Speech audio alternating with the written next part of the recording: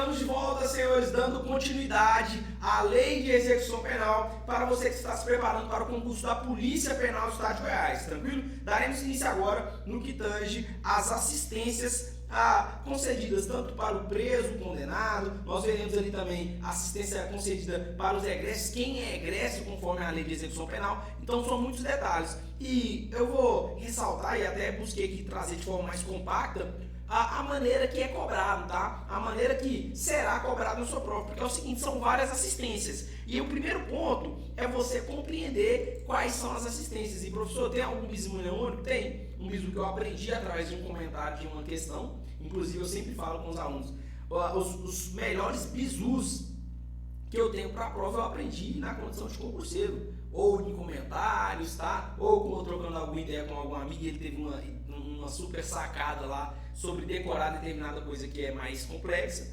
Então aqui eu busco compartilhar. Não sei quem foi o autor do bizu, mas eu compartilho porque foi válido para mim, talvez pode ser válido para você. Então a primeira coisa é você decorar quais são as assistências, tá? Primeira coisa, antes de você fazer a correlação de cada uma.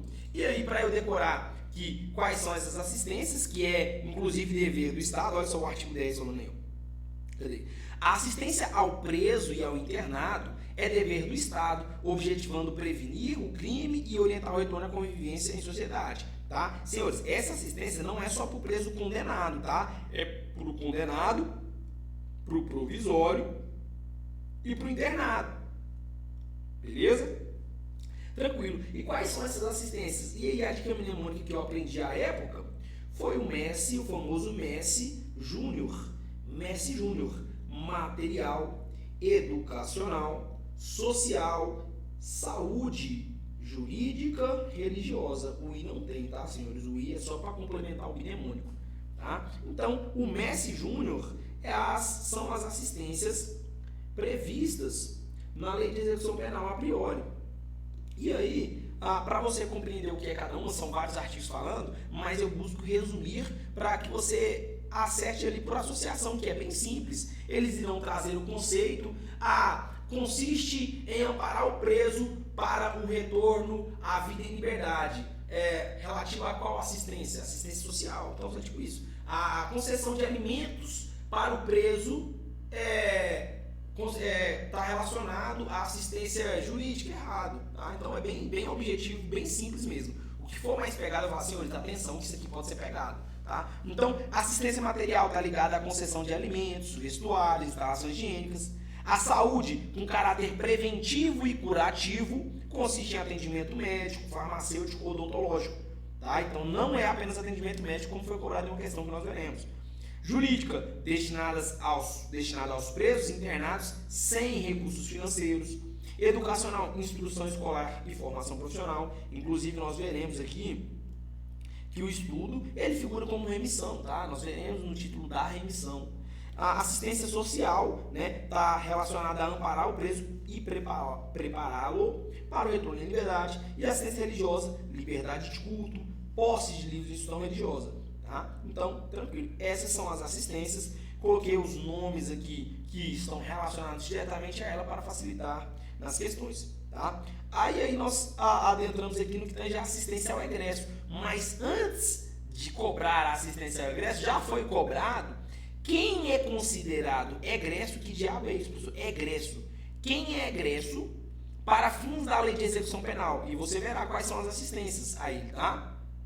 Mas egresso é aquele cara que foi liberado definitivamente, pelo prazo de 1 ano ele vai ser considerado egresso, tá? Então, egresso, a primeira pessoa que é considerada egresso, aquele liberado definitivo pelo prazo de 1 ano, tá? Então, pelo prazo de 1 ano ele é considerado egresso, tá? O liberado, né, condicional, que ele está sobre o livramento condicional, durante o período de prova, que é esse período em que não se encerra a pena ali, que ele está cumprindo o livramento condicional. Então, egressos são esses dois camaradas. Liberado definitivo e o liberado condicional durante o período de prova. Liberado definitivo, durante 1 ano ele é considerado. Tá. E essa assistência ao egresso, professor, consiste em quê? Concorda que esse cara está indo para a rua, talvez ele não tenha alojamento, ele não tem nem orientação, ele não sabe nem como que ele vai fazer da vida, que ele vai trabalhar, ele está perdido. não tem lugar para ficar em nada. Então, essa assistência ao egresso, né, é prestada ali pelos fiscais, ali do serviço social também, ela consiste na orientação e apoio para reintegrá-lo à vida em liberdade, vai ajudar ele a arrumar emprego, carro de peças, parada, tudo, tá? Concessão, se necessário, de alojamento em estabelecimento adequado pelo prazo de 2 meses, tá? Esse prazo já foi cobrado, podendo ser prorrogável ali por 2 meses também, tá? Então, atenção a esses detalhes. Primeiro, quem é egresso e a assistência ao egresso, que também foi explorada. Tranquilo? Como foi cobrado já, professor, alguma dessas paradas aí que o senhor está falando? Vamos lá ver? Considerando que o cumprimento da pena deve ser pautado pela individualização da respectiva execução, bem como objetivar a integração social do condenado, a Lei 7.210 dispõe acerca das medidas a serem tomadas. Nesse sentido, no que diz respeito às regras de classificação dos condenados, olha só, classificação, na Lei de Execução Penal, assinar a alternativa correta. Os condenados serão classificados segundo a respectiva periculosidade? Não. Eles serão classificados segundo seus antecedentes e personalidade. Tá? A classificação, olha B, será feita pela CTC, Comissão Técnica de Classificação. Correto.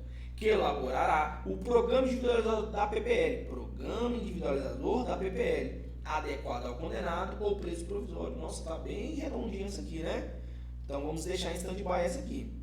C. O condenado ao cumprimento de PPL em regime aberto deverá ser submetido no início da execução penal a exame criminológico para obtenção dos elementos necessários. Não é regime aberto, é o condenado em regime fechado, tá? Ele deverá ser submetido. Apenas os condenados por crime hediondo praticado doloso ou culposamente serão submetidos obrigatoriamente à identificação do perfil genético. Não é apenas esse cara. Lá fala que será submetido ao exame criminológico aqueles que cometerem crimes contra a vida, né? Contra a violência à pessoa, ou também tem lá questão de violência sexual. Vida, pessoa, tá? Violência à pessoa, tranquilo? E sexual ou vulnerável. Então, tranquilo.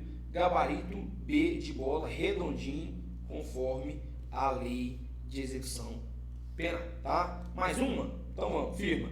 A Lei de Execução Penal, LEP 7.210 de 84, é interessante você saber, sim, porque lá na sua redação, obviamente que você vai lembrar na prova que lá vai ter 8 questões de Lei de Execução Penal e alguma questão ele vai falar a legislação. De acordo com a Lei 7.210, assinale a correta. E aí você utiliza no início lá da sua redação, né? Você foi para frente a redação com uma citação, a Lei 7.210 de 84, prevê em seu artigo 1º que tem como objetivo efetivar as disposições de sentença ou decisão criminal e a reintegração harmônica do condenado. Então, pode ser um subsídio ali para você fundamentar a sua redação, tá? Então, beleza. Prevê em seu artigo 10 a assistência ao preso, olha só, e ao internado. Sabemos quem é preso, sabemos quem é internado. É dever do Estado, objetivando prevenir o crime e orientar o retorno de convivência à sociedade. Bonito. Assistência estende-se ainda ao egresso. Nesse momento você para e pergunta, eu sei quem é egresso? Sei. É o condenado definitivo pelo prazo de 1 ano e o liberado condicional durante o período de prova. Continua. Dessa forma, a assistência será material, saúde jurídica, educacional, social, religiosa. Com relação a esses tipos de assistência citados, é correto afirmar a assistência à saúde do preso e do internado de caráter preventivo e curativo compreenderá somente atendimento médico? Não. É atendimento médico, odontológico, farmacêutico. Caiu por terra. Preventivo e curativo está certo, viu, senhores, aqui. A assistência jurídica é destinada aos presos internados com recursos financeiros? Não. Sem recursos financeiros. A assistência material ao preso e ao internado consistirá no fornecimento de alimentação, vestuário e instalações higiênicas. Gabarito correto. Tá? Isso sim é assistência material. Aqui eles inverteram. Vamos ver a educacional? Educacional compreenderá a instrução escolar, não sendo necessária, entretanto, formação profissional. Não, errado. Ela visa a formação profissional, tá? A instrução, a assistência educacional visa a formação profissional. A assistência social tem por finalidade amparar o preso e o internado e prepará-los, olha, tá bonito, hein? Para o retorno à carceragem, não, para a vida em liberdade. Gabarito C de escola, tá? Beleza? Conseguiram acompanhar? Tranquilo. E agora, porque preciso que você tenha acompanhado até aqui. Agora nós vamos trabalhar, nós vamos adentrar vamos adentrar no trabalho, o título do trabalho. E aí é importante porque é muito explorado sobre a obrigatoriedade para o condenado, do trabalho para o condenado. A recusa dele pode constituir falta grave, vamos ver todos esses detalhes, beleza? Então, na tela para a gente iniciar. Do trabalho. Primeira coisa, qual a finalidade do trabalho? Porque você deve estar se perguntando lá na Constituição Federal, o trabalho forçado ele é vedado, proibido, né? O trabalho forçado ele é proibido. Esse trabalho aqui ele é obrigatório, o trabalho para o condenado, nós veremos. Só que o fato dele ser obrigatório é diferente de ser forçado.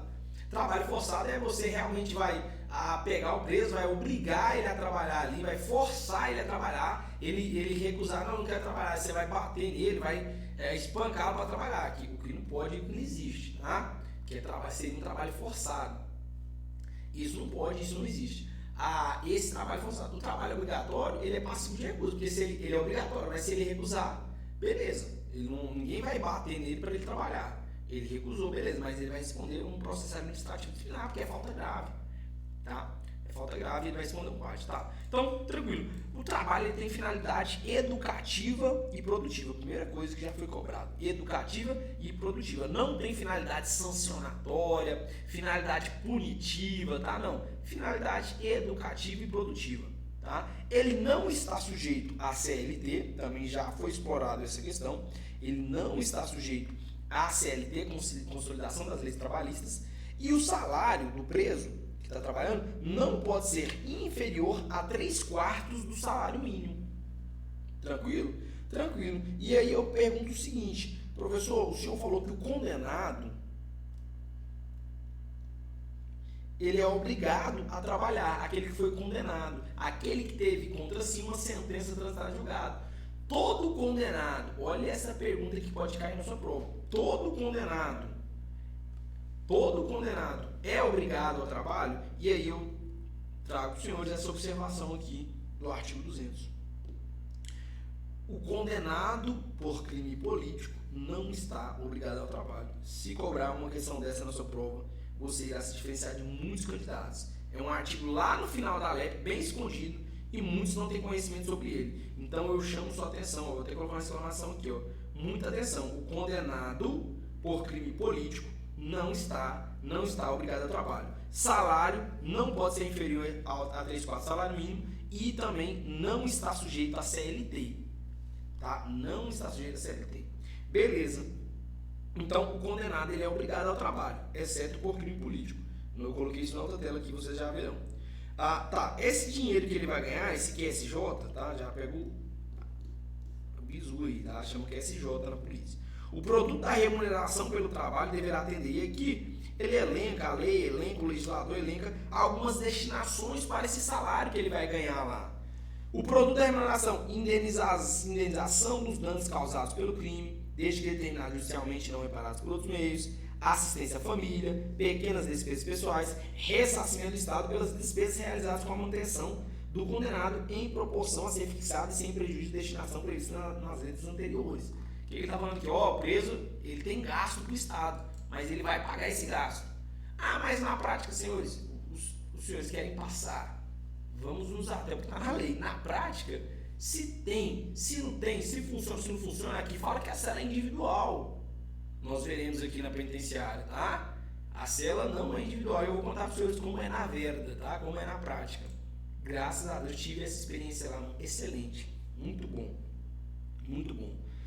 Vamos lá. Observação. As tarefas executadas como PSC não serão remuneradas. Muito importante. Já vi gente errando isso aqui em prova, tá? Porque, senhores, prestação de serviço à comunidade é uma pena restritiva de direito.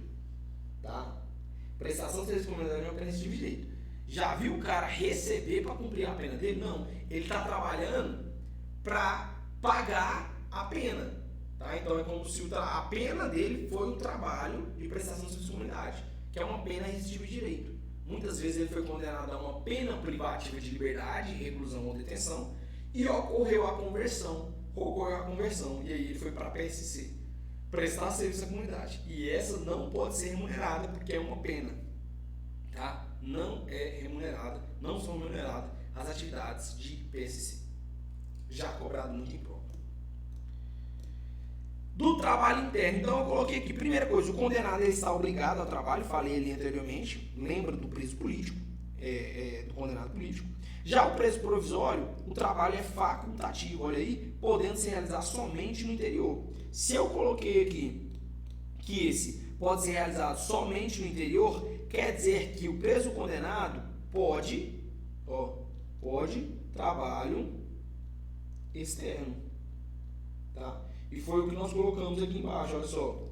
O trabalho externo será admissível para os presos em regime fechado, somente em serviço ou obras públicas que eles podem trabalhar, realizada por órgãos da administração direta e indireta ou entidades privadas, desde que tomadas cautelas contra a fuga e dissolução da disciplina. Tá? A lei estabelece alguns parâmetros para esse trabalho externo, que lembrando que é só para o preso condenado, tá? Só para o preso condenado, em regime fechado.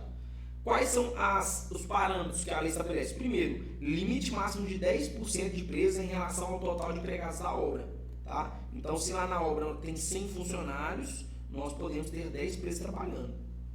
Tá? E assim vai. O limite máximo é de 10% do total de empregados. Além disso, o camarada, para ele ter esse benefício aqui, ele tem que ter cumprido 1/6 da pena, tem que ter aptidão, disciplina e responsabilidade. E se ele cometer uma falta grave, ele vai perder esse trabalho dele, tá? Então tá aí todas as nuances. 10%, tem que cumprir 1/6, e se ele cometer falta grave, bye trabalho externo, ele perde o direito. Tá, professor, e essa jornada de trabalho? Tá? É o tempo que ele vai trabalhar, que não pode ser inferior a 6 horas, nem superior a 8. Tá? E nós veremos na remissão que a remissão ela abate ali os dias de pena. 3 dias de trabalho abate um de pena, nós veremos. Mas até aqui, conseguiram acompanhar, senhores? Voltem aqui para mim. Estão conseguindo acompanhar? Comente aí se está gostando. Inscreva-se no nosso canal do YouTube aí também. A gente está buscando ali agora de forma consecutiva, sempre colocar aulas semanalmente para os senhores que estão se preparando para os concursos aí em geral. Esse foi voltado especificamente para a Polícia Penal do Estado de Goiás, uma aula voltada especificamente para a Polícia Penal do Estado de Goiás, porque não impede você de aproveitá-la para, por exemplo, Polícia Penal do Piauí, que está com o edital aberto, Polícia Penal do Paraná, tá? Todas com lei de execução penal no conteúdo programático. Seguimos então. Jornada de trabalho não inferior a 6 nem superior a 8. Beleza, entre 6 então, e 8 horas de trabalho o camarada tem. E aí eu trouxe uma súmula e uma jurisprudência pertinente aqui ao assunto. Primeiro, súmula 40 do STJ. Ó, vamos lá. Para obtenção dos benefícios de saída temporária e trabalho externo, nós estamos falando de trabalho externo, por isso que eu trouxe, considera-se o tempo de cumprimento de pena no regime fechado. Tá? Então, para ele obtenção, ele vai contar 1/6, nós vamos considerar o tempo de cumprimento de pena no regime fechado para contabilizar esse 1/6.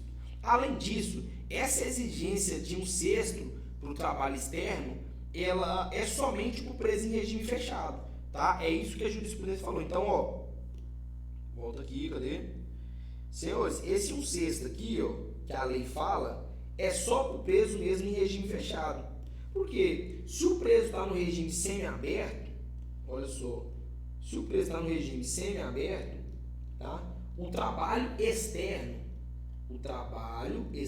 é inerente ao regime, tá? É inerente ao regime. Então foi levado isso aos tribunais e eles bateram o martelo para não restar dúvida. Essa exigência de 1/6 da pena para a concessão do trabalho externo aplica-se exclusivamente, se aplica exclusivamente aos condenados em regime fechado. Beleza? Tranquilo ou não? Então, seguimos para entrarmos agora no título da disciplina.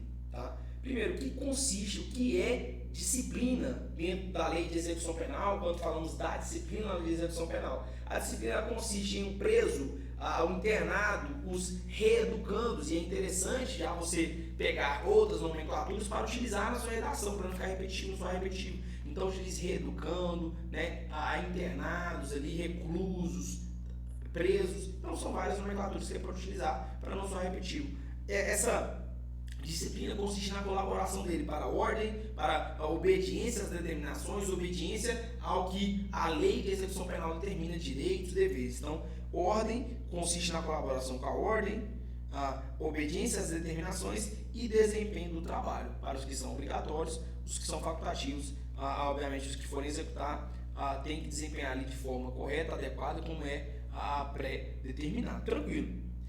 Isso é a disciplina. E aí nós entramos no que tange, obviamente, que se alguém ferir a disciplina, causar alguma coisa que atenta contra a disciplina, ele vai incorrer em alguma sanção, desde que prevista em lei. Então eu entro no princípio da anterioridade, da legalidade, vamos dizer, né, dentro da lei de execução penal. Então tem no artigo 45, nós temos aqui o princípio da legalidade, tá?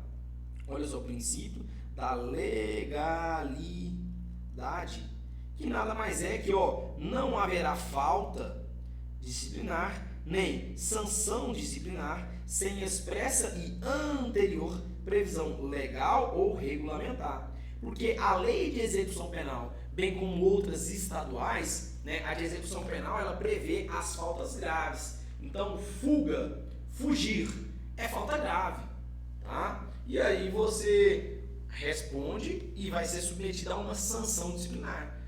Se você comete um crime, você está submetido a uma pena, correto? Matar alguém. Homicídio, né, 121, 4 a 20 anos. 6 a 20 anos, não recordo. Enfim, todo crime tem uma pena. Aqui, se o cara comete uma falta disciplinar, ele terá uma sanção disciplinar. Tranquilo. A lei de execução penal prevê as faltas graves e as legislações estaduais, bem como regulamentos, elas regulamentam a falta leve e média, tá? Nós veremos isso já. E aí, princípio da legalidade, não há falta nem sanção disciplinar sem anterior expressa previsão legal. As sanções não poderão colocar em perigo a integridade física e moral do condenado. É vedado o emprego de cela escura, então, muito importante, porque muita gente acredita que existe isso aqui, tá? A famosa solitária, né? Não existe a solitária, tá? Existe a sanção de isolamento em própria cela, não podendo ser superior a 30 dias, né?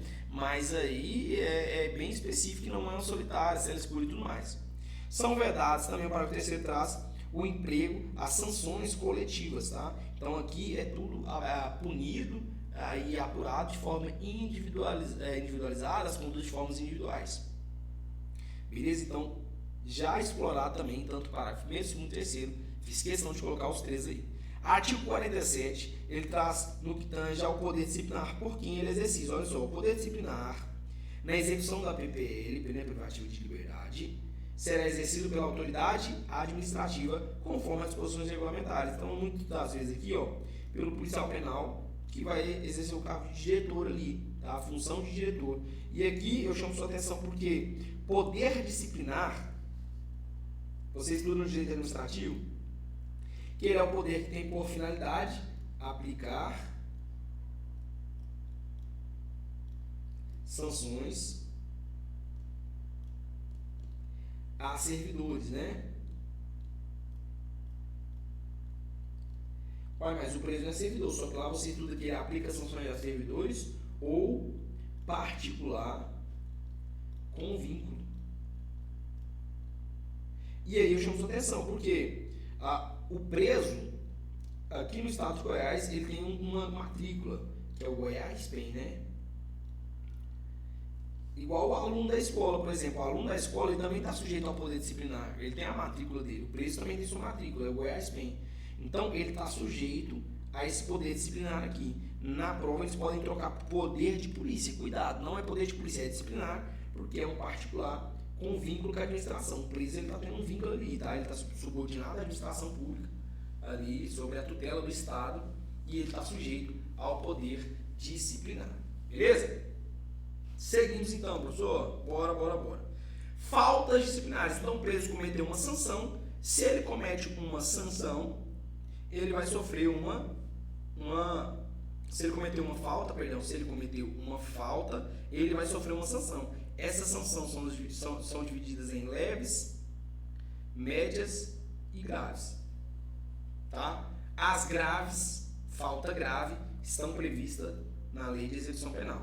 As faltas leves e médias estão previstas na legislação local, tá? Pune-se a tentativa correspondente à falta consumada. O que é isso, professor? Exemplo simples: fugir. Fugir. Opa, desgrita. Bora. Cadê? Aqui, ó. Fugir e tentar fugir tá na mesma. É falta grave. Então, tentativa e consumação não importa. Tentativa ou consumado, a pena será a mesma. A sanção será a mesma. Então, aqui no artigo 50, ele traz algumas faltas graves. Obviamente, não são só estas aqui. Na lei de execução penal temos outras faltas graves previstas, né? Lembra lá a recusa da extração do perfil genético, né? Por técnica adequada constitui falta grave. Recusa ao trabalho, preso se recusar ao trabalho, falta grave. Então, temos diversas faltas graves aqui no artigo 50, tá? Tiver em sua posse, eu esqueci de trazer esse aqui, ó. Tiver em sua posse, grifar na verdade, né? Aparelho telefônico ou rádio similar, porque o chip, senhores, vai abranger aqui, tá? Beleza? Temos jurisprudência, súmula 670 para os senhores na tela aí, ó. A posse pela penalidade de aparelho celular ou de seus componentes essenciais com chip constitui falta grave, tá? Isso aqui vai cair na sua prova da Polícia Penal, tá? Isso daqui vai cair na sua prova da Polícia Penal, então você coloca uma atenção. O professor Gabriel falou, atenção, que vai ser cobrado. Súmula 661 na sequência já veio também editado, olha, a falta grave dispensa e você vai errar se você não prestar atenção, porque essa aqui vai ser a alternativa A da sua prova e na alternativa B, ele vai colocar a mesma coisa, só que ele vai colocar imprescindível. E aí? Aí você vai ficar dúvida entre A e B. Se é A e B eu não lembro. Prescinde significa dispensa. Tá? Imprescindível significa indispensável. Indispensa. Tá? Imprescindível não. Então, a falta grave dispensa perícia do celular apreendido ou dos seus componentes. Porque aí seria muito fácil para eles ficarem com o celular e quando ele vê que ele ia rodar no celular, ele quebrava o celular. Então, aí fazia a perícia, não, o celular não funciona. Não pode ser falta grave porque o celular funciona, mas não funciona porque o preço quebrou, pô. Beleza? Então, atenção. Ainda na súmula 526, STJ, fala o reconhecimento da falta grave decorrente de cometimento de fato definido como crime doloso, porque se você cometeu você está preso e você comete um fato lá dentro da cadeia que é definido como crime e foi doloso ainda, então você vai lá e simplesmente mata um outro preso de determinada facção, né? Quando você for laborar, tiver no curso de formação, vai conhecer as unidades do estado de Goiás, aí você vai conhecer a casa de prisão provisória. Lá é dividido por blocos, né? Nós temos bloco 1, 2, 3, 4. Os blocos são divididos por ala, né? E normalmente são divididos por facções para evitar conflitos ali. Então, a ala A e a ala B. Então, você aloja determinados presos, até com relacionados aos crimes também, e relacionados à sua facção, e na ala A e na ala B, outros presos. E aí você imagine que determinado preso ele mata outro preso lá da facção rival. No caso, ele cometeu, além de ser um fato definido como um crime, homicídio, ele cometeu uma falta grave no âmbito administrativo disciplinar. Ele vai ser apenado por isso, tá? Para ele ser punido por essa falta grave, que foi cometer um fato definido como crime, além dele responder na esfera criminal, ele vai responder o homicídio, ele vai responder o PAD, processo administrativo disciplinar, como falta grave. Para ele ser punido pela falta grave, precisa transitar em julgado o processo criminal dele de homicídio? Não.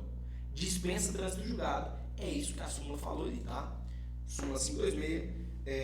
O reconhecimento de falta grave decorrente de cometimento de fato definido como crime doloso no cumprimento da pena dispensa trânsito em julgado de sentença penal condenatória no processo penal instaurado para a apuração do fato.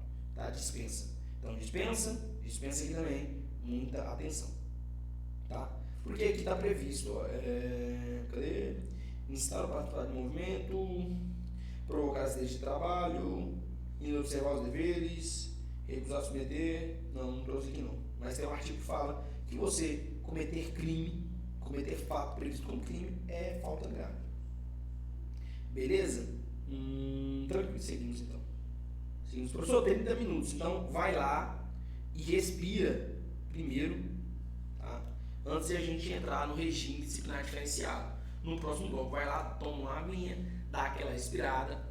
Aí é importante, estratégia de tudo, senhores, quando nós falamos, tá? Aproveitar que está no finalzinho desse bloco, rapidão aqui, que estudo para concurso é estratégia, tá? Para quem não me conhece, né, muitos já alunos da nossa mentoria, ou que já acompanham nós há algum tempo, já sabem, eu sempre bato nessa tecla, eu reprovei 10 concursos, você não precisa reprovar em 10 concursos, tá? Eu não tinha estratégia, não tinha método, concurso existe estratégia, existe método de estudo eficaz. Se 1, 2, 3, 10, 100, 1000 pessoas fizeram e funcionou, né? E aí você começa a aplicar aquilo, começa a funcionar, e você percebe que você muda a sua conduta no estudo e começa a funcionar, né? Então há diferença dos 10 que eu estive reprovado para os 5 de carreiras policiais que eu estive aprovado, 4 de polícia militar, 1 de polícia penal. Pô, há diferença. Então o que eu fiz nesses 5 que eu não fazia nesses 10?